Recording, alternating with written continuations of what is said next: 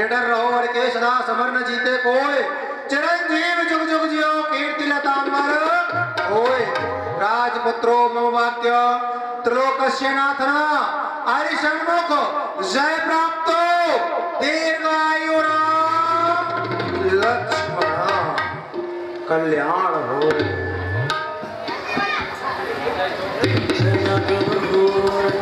गुरु भाई को ये विदेराय प्रणाम करता है। कल्याण मस्तु। प्रतिपाल प्रजा को सदैव करो मन धर्म विवेक वितान तनि रहो। निज शत्रुन तान धरा तल पे त्यों लोकन कीरत पुंज घने रहो। सन्मान विदेश सदा सबके निज प्रेम सुधा सो सदैव सने रहो। तब न्याय निकेतन मंदिर में चिरकाल विदेह विदेह बने रहो। बहुत विलोक विदेह सन कहो काहत धीर, कहो काहत धीर। विदेहराज ये तड़क भड़क कैसी विदेह, तोर राज से सजी हुई हर गली गली हर गेह। ये प्राचीर समीर दिखाते हैं तंबू बितान अति घने तने, तेरे पर सुकेत लहतराते हैं ये भिन्न भिन्न ही चिन्ह बने। ये अनेक अग्निपथ चढ़ आए हैं, अपनी सैन्य सजा करके चढ़ आए हैं या बुलवाए हैं। यहाँ षड्यंत्र कोई रचा करके ये छुपे छुपे छितपालों की क्या सेना चढ़ आई विदेह। ये तड़क भड़क कैसी विदेह, क्या कारण है। जब मैंने मिथिला में प्रवेश किया तो देखा पाहुड़ी ने अपने खेमे डाल रखे हैं। मारो पकड़ो घेरो बचकर न जाने पाए, ऐसे शब्दों को मैंने अपने कानों से सुना है। तो क्या ये अनेक राजाओं ने मिलकर के तुम्हारे ऊपर आक्रमण कर दिया क्या? नहीं मुनिश्रेष्ठ, जो आपने मुझे धनुष दिया था और मुझसे कहा था कि विदेहराज इसका पूजन भली प्रकार से करना, तो आपकी आज्ञा अनुसार मैं धनुष का पूजन प्रतिदिन किया करता था। एक समय मैं राज से बाहर गया तो रानी सुनैना से कह गया इसका पूजन कर देना, तो रानी सुनैना ने पूजन नहीं किया और वह भूल गई। तब क्या हुआ, मेरी पुत्री सीता ने उस धनुष को बाएं हाथ से उठाया और दाएं हाथ से गाय के गोबर से लेपन कर दिया। भगवान, मैं पुत्री को बुलाता हूँ। सेवक, फिर आगे क्या हुआ? आगे आगे क्या हुआ? प्रतिज्ञा की। तो मैंने प्रतिज्ञा की, जो भी वीर इस धनुष का खंडन करेगा मैं उसी के साथ अपनी पुत्री का विवाह कर दूंगा। फिर क्या हुआ? वह प्रण आज मेरा पूरा हो गया। क्या कहा? धनुष का खंडन हो गया। तो सोनत बचाया फिर आनत निहारे, देखे चाप खंड नहीं डारे, खंड नहीं डारे। जिस धनुष की धूल को माता पार्वती स्वयं अपने आंचल से पहुंचकर साफ किया करती थी, जिस धनुष को भगवान विनायक अपनी सोड़ में लपेट करके बड़ा ही दुलार किया करते थे, जिस धनुष की धूल को वह नंदी जन अपनी जिह्वा से चाट चाट करके साफ किया करते थे, आज उस धनुष की ये दशा। आज विधि मेरे खंड खंड क्यों न होते हाथ, ये अजगवा खंड के टूक तोय कहते, टूक टूक हो गया कुठार क्यों न पहले ही, फूटे फूटे वारिद विषाद क्यों न बहते। ए हो हरे कृष्ण, ये धरा सच जाती कट नहीं जाती, छिप्या मेरी बात कहते। शिव शिव शोक शिव, शिव धनुष की ये दशा और वो जीवित रहे, वो परशुराम के रहते। अगर से बोले हूँ चढ़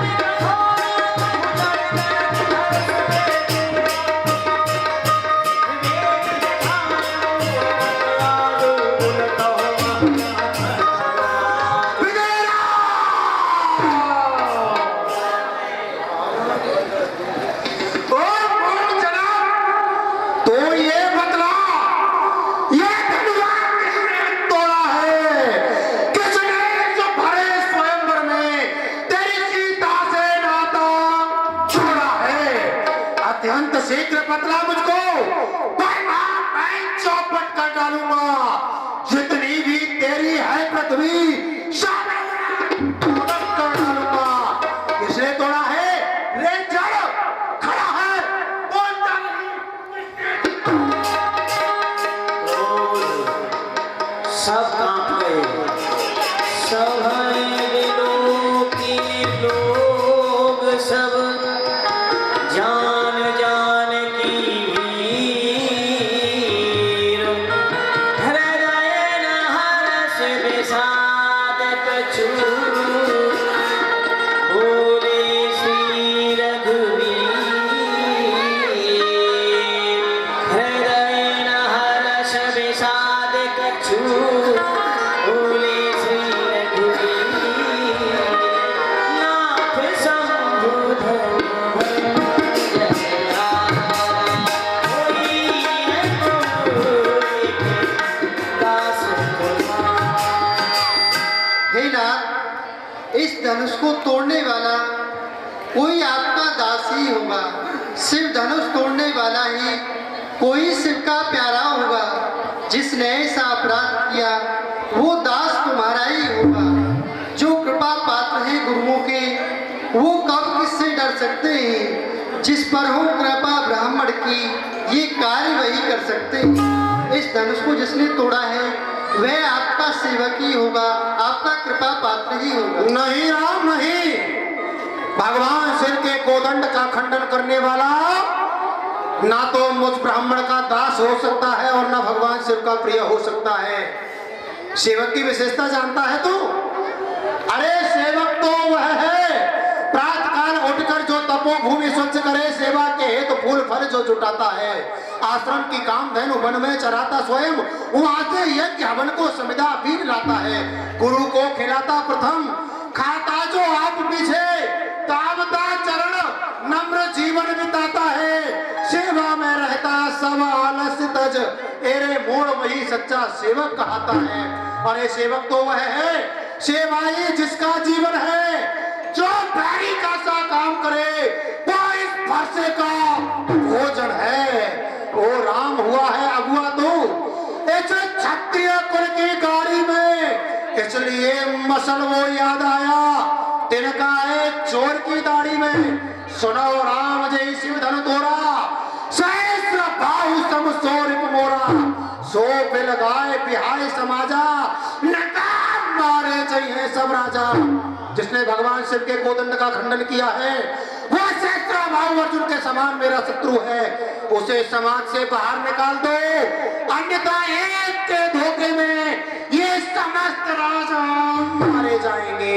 सुने मुनि वचन लखन मुस्काने, बाबा प्रणाम। प्रणाम बाबा प्रणाम। अब आप आ गए। बाबा बहुत नहीं तोरी लड़काई, कबहू ना असरिस कीन गोसाई। हे बाबा, हमने अपने बचपन में ऐसी छोटी छोटी धनिया बहुत ही तोड़ डाली, परंतु इतना क्रोध तो आपने कभी नहीं किया जितना क्रोध आज आप कर रहे हैं। और बाबा, ई धन पर ममता की हेतु इस धन में क्या विशेषता है जो आप इस धनुष पर इतनी ममता कर रहे हैं? क्यों रे? मुझे लगता है तूने गुरु की सेवा नहीं की। श्रुत प्राण और गोविंद में से मनुस्मृति का कथन यही, दो पुरुषों के संभाषण में तीसरे पुरुष का काम नहीं। हाँ, अगर दोनों में से किसी एक का निर्बल पक्ष पक्ष पड़ जाए, तृतीय योग्य है तो उन दोनों को ही समझाए। क्यों रे, क्या तू अपने इस गुरु से योग्य हुआ या फिर ये रामचंद्र है बोला? कर ऐसा नहीं है तो हम दोनों के बीच में तू क्यों बोला? अरे मैं इसलिए बोला, इस भरे स्वयंवर में विदेह ने निर्वीर मही कह डाली थी। उस समय अकेले लक्ष्मण ने सबकी मर्यादा पाली थी, जिसका मंडन किया जनक ने, मैंने खंडन कर डाला। जब मौन नृपत थे विदेह तो मैंने उत्तर दे डाला। हे महामुनि, हे मान्यनीत, मेरे द्वारा हो जिसका मंडन, जब तक जीवित रहूं धरा पर होने ना पावे खंडन। दे रहे चुनौती आज आप, पीरत्व भाव में डोला, पीरेश पुनः खंडन का मंडन करने हेतु मैं बोला। रे रब बालक कालवश बोलत तोय न संहार, धनु ही सम त्रिपुराधन विदित सकल संसार। बोला लेकिन गलत बोला। भगवान शिव के विशाल कोदंड को एक छोटी सी धनुही की क्षमता दे रहा है। और क्या कहा? बचपन में बहुत सी धनुही तोड़ डाली। क्यों रे, बुढ़ा कहां से हो गया तू? मुझे तो अभी भी बच्चा ही दिखाई दे रहा है। फिर वो कौन सा बचपन था तेरा जब तूने धनुहियों का खंडन किया था? हे बाबा, प्रभु से सब काल की याद नहीं। ये बात वही ना विशेष पुरानी, जब आप गए थे तपोवन को, बहु धनुही तोड़ी हमने अजानी। हरे कृष्ण ना क्रोध कियो तब तो, क्षमा सिंधु बने मुनि ज्ञानी। या चाप में कौन सी विशेषता जो मुनि नायक ऐती उतावली ठानी। तो क्या तू अपने आप को शेष साबित करता है? याद आया जिस समय मैंने क्षत्रियों को काट काट करके 21 बार इस पृथ्वी को क्षत्रियों से हीन किया था, उस समय नर मुंडों की माला भगवान शिव को मैंने भेंट की, अति प्रसन्न हुए। परशुराम, नर मुंडों की माला भेंट की, मैं बहुत प्रसन्न हूं, लेकिन इस माला में एक सुमिरना की कमी है। मैंने कहा गुरुदेव बोलो किसका मस्तक लेकर के आना है? भगवान शिव ने कहा 1000 मस्तकों का एक मस्तक मुझे चाहिए सुमिरना के लिए। मैंने कहा 1000 मस्तक तो केवल शेष के हैं। मैं जैसे ही पाताल में शेष को खोजने के लिए दौड़ा, भगवान शंकर ने कहा परशुराम कहां जाता है? मैंने कहा शेष का मस्तक लेने के लिए पाताल। अरे बोले शेष पाताल में कहा?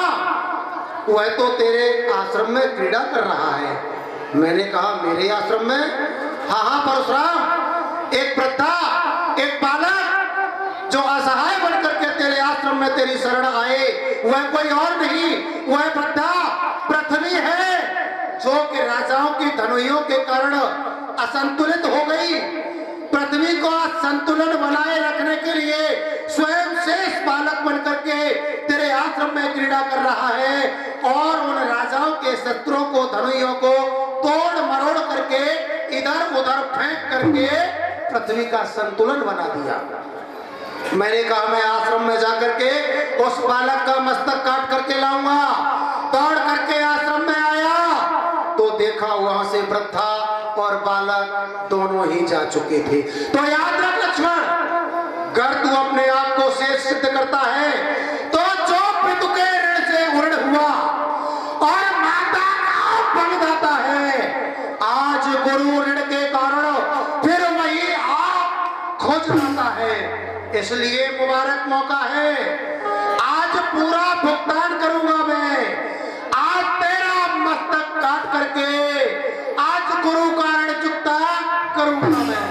ये बार-बार प्रसाद खिलाकर मुझे डराने आए हो, क्या काल आपका वाहन है जो उसे साथ ले आए हो? वे वीर नहीं कहलाते हैं जो अपने आप बखान करे, वे सूर नहीं कहलाते हैं जो बातों का भुगतान करे।